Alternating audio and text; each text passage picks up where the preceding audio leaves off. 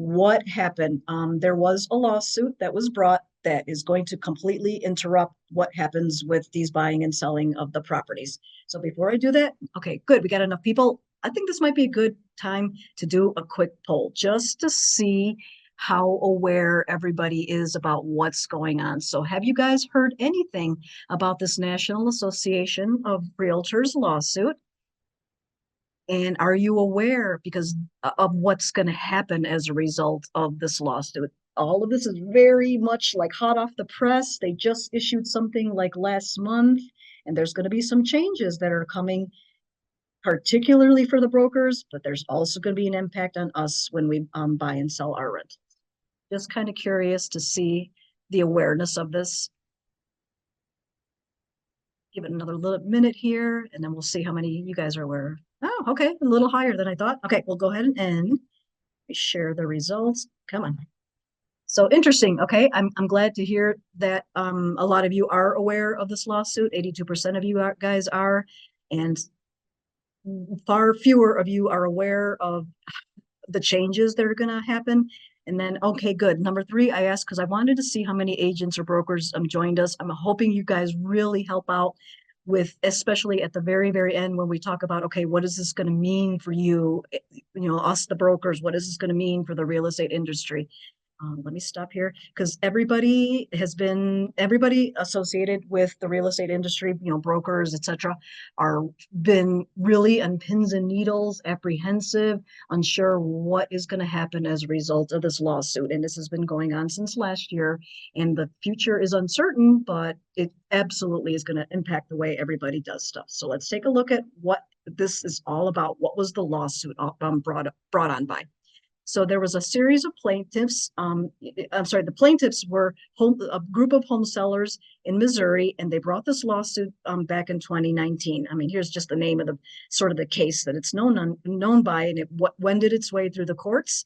And just last year, in 2023, they won their case.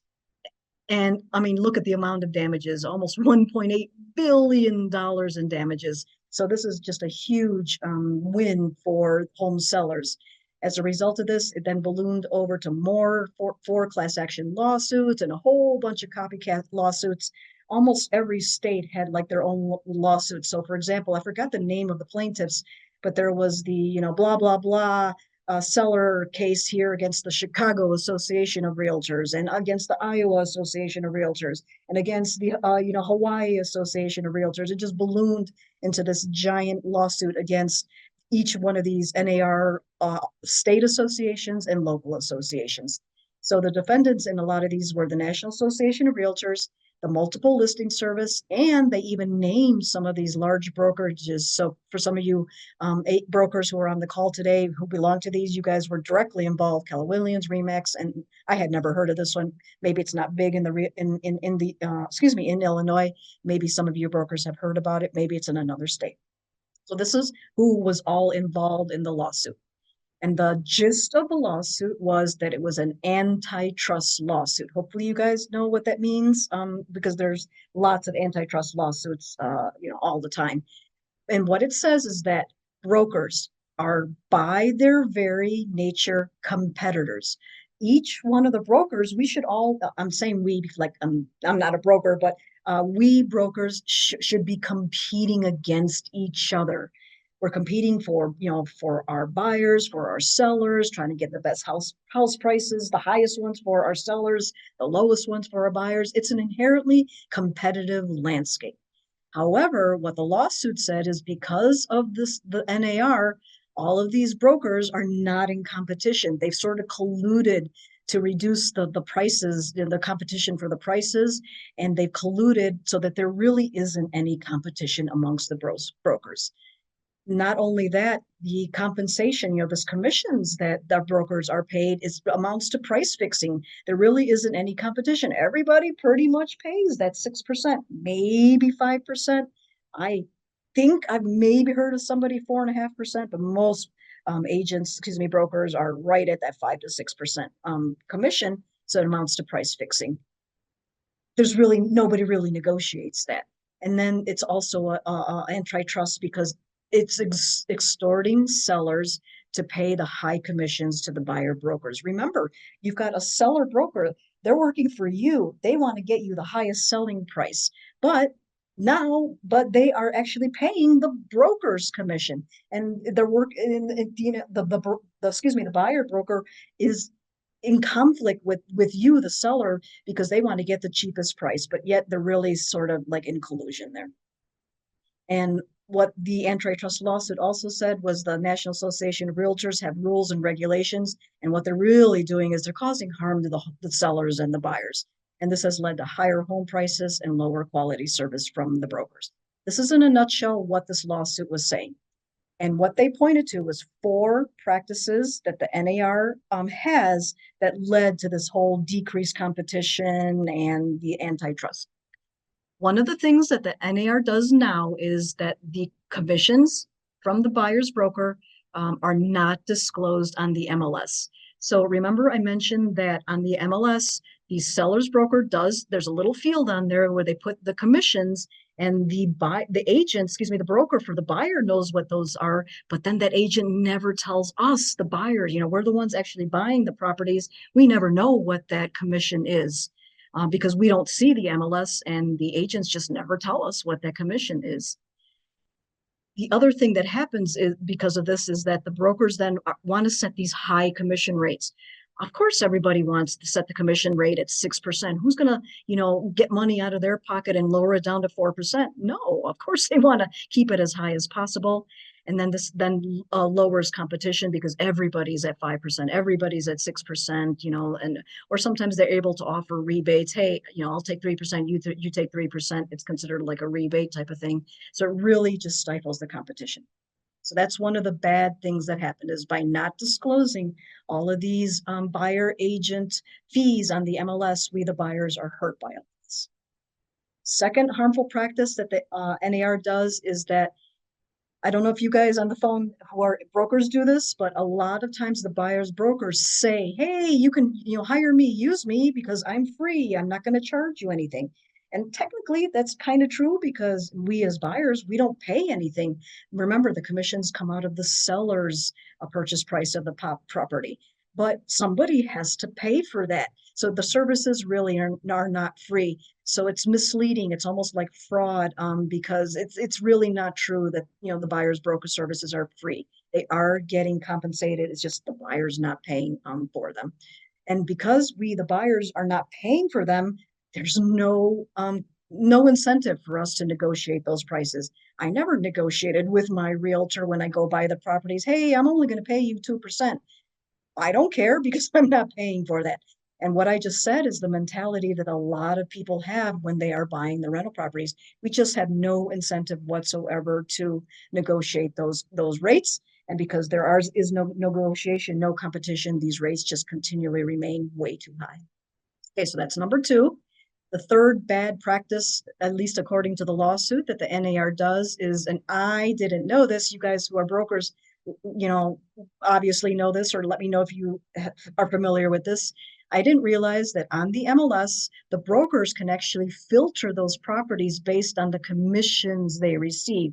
So on the MLS, of course, you know, your buyer tells you, I want a 4-bedroom. I want a split level. I want to buy it in the south suburbs. I want it near a park, whatever it is that you can filter by. One of those other filters is the amount of commissions that the brokers receive. So what a lot of these brokers have been doing, according to the lawsuit, is they're eliminating those houses that offer the lower commissions. If I'm going to be paid less, I'm not going to, you know, point out this house to my buyer or the sellers because there's less commissions in it for me. And what ends up happening then is some of the buyers just never even see some of the properties that are a perfect fit for them because the agents aren't making enough money, so they're not brought to their attention. The other thing that happens is, you know, because the brokers are, I guess it's just stated as they reduces their quality. You know, we're supposed to be agents and brokers are supposed to be representing their clients to the best of their ability, but they're not because they're steering. It's called steering. They're steering some of these properties, you know, away from their clients. And then it also raises the cost of using the brokers for the buyers, because if they're not showing properties with lower commissions, they're only showing the properties with buyer commissions, of course the costs are going to be, much higher. So this one I think is pretty obvious. If you guys on the call who are brokers have heard about this, let me know. I was pretty surprised by that. I had no idea that brokers do this. Now, of course, ethical ones have not been doing it, but I don't know. According to the lawsuit, it was a pervasive enough problem that they felt like they had to address it. And then the last one is that only the brokers who are members of the NAR and who subscribe to the MLS can access the lockboxes. That I think everybody knew. What happens then is, so you've got independent, brokers, or you got just, hey, me, I'm not an agent, but I want to go see a property. I can't. So I can't go see some of these properties. Agents who, even though might be licensed but not member of the NAR, they can't access the property. And what that means is that it lessens competition among the brokers. Again, why? Me as a broker, I can't show my clients these properties because I can't access the lockboxes. Well, I better just become a member of the NAR and adhere to all their practices. So this is the reasoning why the lawsuits were brought. There apparently were some very fundamental problems with the way that the NAR and the MLS were working that caused all of these prices to go up, less competition amongst the brokers, all of these problems occur. Diane says, I am a broker, never heard of other brokers excluding lower commission properties, never heard of it. I'm glad to hear you say that, Diane. I guess it's like anything in any industry, there's good players and there's bad players. There's good landlords and bad landlords, good plumbers and bad plumbers, ethical electricians and unethical electricians. It's like anything. There are good brokers and bad brokers. They did a study where they uncovered, some of these practices there, and they found enough problems that it was enough of a problem that they felt that they had to address it there. Let's see. Let me make this a little bigger. Paul saying, as a broker, you print everything and hand the entire list to your buyer. It's up to the buyer what they want and don't want to see. Paul, thank you for saying that. That's ideally how it should work. But that's not in reality what always happens. Apparently, there are brokers who completely excluded some of these properties, basically because they were not going to make enough money off of them. Diane said, heard of brokers refusing to show Redfin listings. Yep. You know what? We're going to hold off on commenting a little bit more on Redfin, but just for hopefully everybody is aware of what Redfin does. They're a very low cost brokerage. I think like 1% or something like that. So rather than paying, your agent 3%, these guys are super low rate, like 1%. Now, think about it. Ideally, not ideally, in reality, these brokers should not be refusing to show these Redfin listings. Why do they refuse it? Because they're making so much less money. So again, this is why the lawsuit was brought, because apparently this did happen enough, just like Redfin, just like some of the agents were doing. It's called steering. They were steering some of these properties away from the buyers. So they were not doing what Paul said. Hey, give me your criteria. I'm going to print it out. You guys decide. Nope. They were filtering out some of these. Okay. So that is the background, sort of why the lawsuit was brought. What were the allegations? What happened? What the plaintiffs were saying, and they won. So remember, you guys are saying, no, maybe brokers shouldn't do this. We should be handing them the entire list. Remember, they won. I mean, the National Association of Realtors lost. They decided to settle. So there were merits to the cases that were brought, and it wasn't just one case. It was, multiple cases. So what they decided to do, so they lost the first one, and the damages were $1.8 billion. And who's going to pay $1.8 billion? So what they decided to do instead was enter into negotiations and settle all of